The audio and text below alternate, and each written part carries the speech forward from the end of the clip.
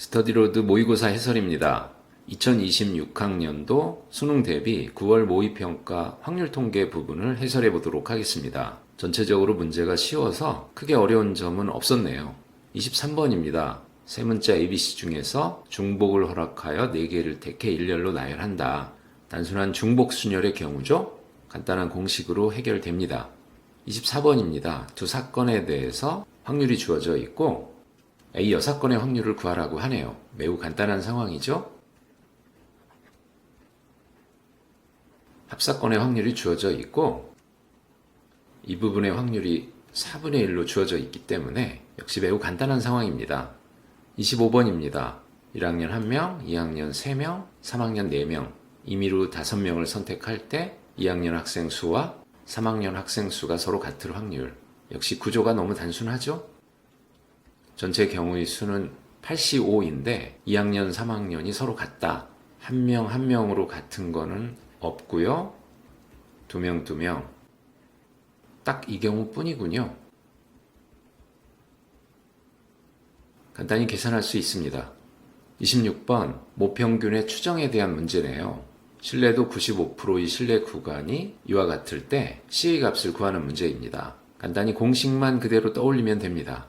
결국 이 부분의 값이 C인 것인데 신뢰도 알파 지금은 95%로 주어져 있고요. 그때 사용할 수 있는 계수 K의 값이 바로 1.96 문제에 이미 다 주어져 있습니다. 일반적으로 신뢰도가 알파일 때 여기에 나오는 값을 바로 그 계수로 사용하면 되는 거죠. 27번입니다. 각면에 1, 2, 2, 3이 하나씩 적혀 있고요. 정사면체 모양의 서로 다른 상자 2개가 있습니다. 동시에 던졌을 때 바닥에 적혀 있는 두 수의 차이, 확률 변수 x에 대해서 분산을 구하라. 확률 분포 표만 간단히 작성해 보면 되겠죠? 차이가 가능한 것은 0, 1, 2, 세 가지 경우밖에 없겠고요. 어느 두 경우만 구하면 됩니다. 하나의 상자에서 간단히 0일 때와 2일 때만 구해 볼까요? 상황이 어렵지 않아서 단순 작업으로 접근해도 충분하겠네요. 1일 때는 1, 2일 때는 두 경우의 2가 있고 역시 두 번째 2에 대해서도 마찬가지겠고요. 그래서 전체 총 16가지 중에서 한 가지, 4가지, 한 가지 총 6경우가 있겠네요. 2인 경우는 어떻죠? 1일 때 3, 3일 때 1. 단 두 경우만 있어서 확률 분포표가 금방 작성이 됩니다. 확인을 위해서 1일 때를 계산해 봐도 되겠고요. 역시 공식에 따라 분산을 그대로 계산할 수 있겠죠?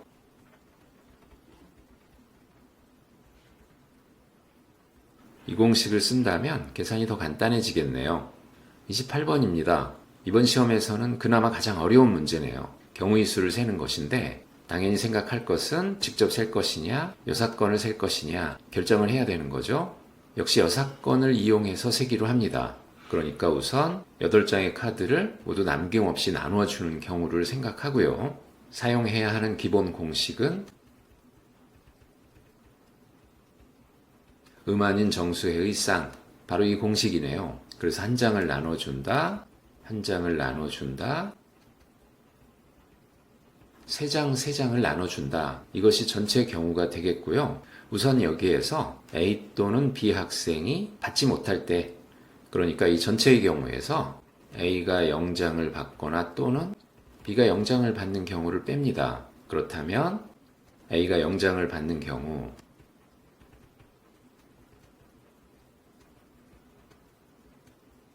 B도 똑같겠고요. 교집합을 빼야죠. 간단히 한 경우네요. 그래서 우선 이와 같은 상황을 먼저 만들어낼 수 있을 것입니다. 어떤 경우를 센 거죠? A와 B가 적어도 한 장 이상을 받은 경우들을 센 겁니다. 이제 마지막으로 이것을 처리하면 되겠죠?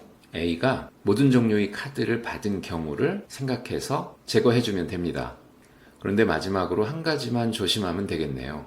여기에서 A가 모든 종류의 카드를 받는 경우 한 장이 있는 것들은 반드시 받아야 하고요. 3장이 있는 것들은 한 장 이상을 받아야 하는데 한 장을 미리 A한테 주었다고 생각하면 이렇게 되겠죠? 그런데 여기에서 이것을 바로 빼는 것으로 마무리하면 안 됩니다. 왜냐하면 지금의 상황은 B가 적어도 한 장을 받은 상황이기 때문인 거죠. 그래서 이 상황에서 다시 A가 모든 종류를 받았지만 B는 아무것도 받지 않았다 하는 경우를 반드시 고려해 줘야 됩니다. 마지막으로 그 부분만 잘 처리했다면 간단히 정답을 얻을 수 있었겠네요. 29번입니다. 두 집합에 대해서 A의 모든 부분 집합 중 임의로 하나를 선택하고 B의 모든 부분 집합 중 임의로 하나를 선택해서 교집합의 원소의 개수를 기록합니다. 이 시행을 15,360번 반복하여 기록한 수가 1인 횟수. 똑같은 시행을 반복하는 것이니까 기본적으로 이항분포에 대한 문제죠. 횟수가 정해져 있습니다. 먼저 기록한 수가 1일 확률은 어떻게 되나요?